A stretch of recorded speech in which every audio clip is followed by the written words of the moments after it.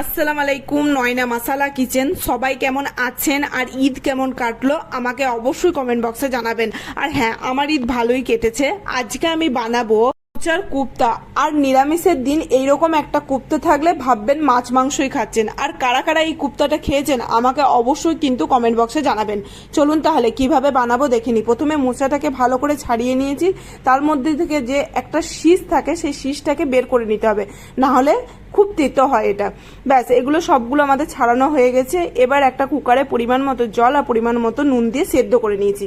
এবার একটা পাত্রে ঢেলে হাত দিয়ে ম্যাশ করে নিয়েছি। আর হ্যাঁ, যদি হাতে করে না হয় তাহলে একবার মিক্সিতে আধগুটা করে নিতে পারেন। দেখুন আমাদের ম্যাশ করা হয়ে গেছে। এবার আমরা দিয়ে দেবো বেসন পরিমাণ মতো, এরপরে দিয়ে দেবো পরিমাণ মতো চালের গুঁড়ো, ভেজে রাখা বাদামের গুঁড়ো, এরপরে দিয়ে দিয়েছি নারকেল কোড়া, এরপরে আমি দিলাম কাঁচা লঙ্কা বাটা, আদা বাটা,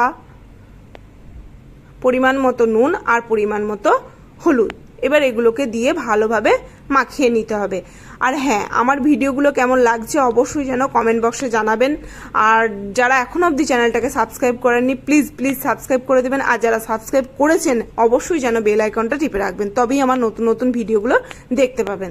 দেখুন ম্যাশ করা হয়ে গেছে। এবার কুপ্তার আকারে করে নিয়েছি। এবার গ্যাসের ফ্লেমটাকে অন করে কড়াইয়ে পরিমাণ মতো তেল দিয়ে এগুলোকে একটা একটা করে দিয়ে দিলাম।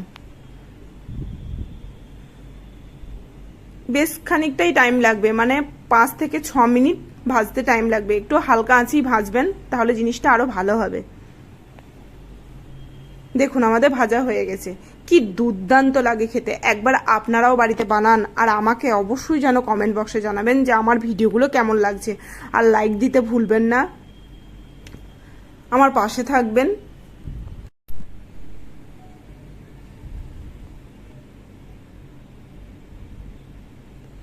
ধন্যবাদ।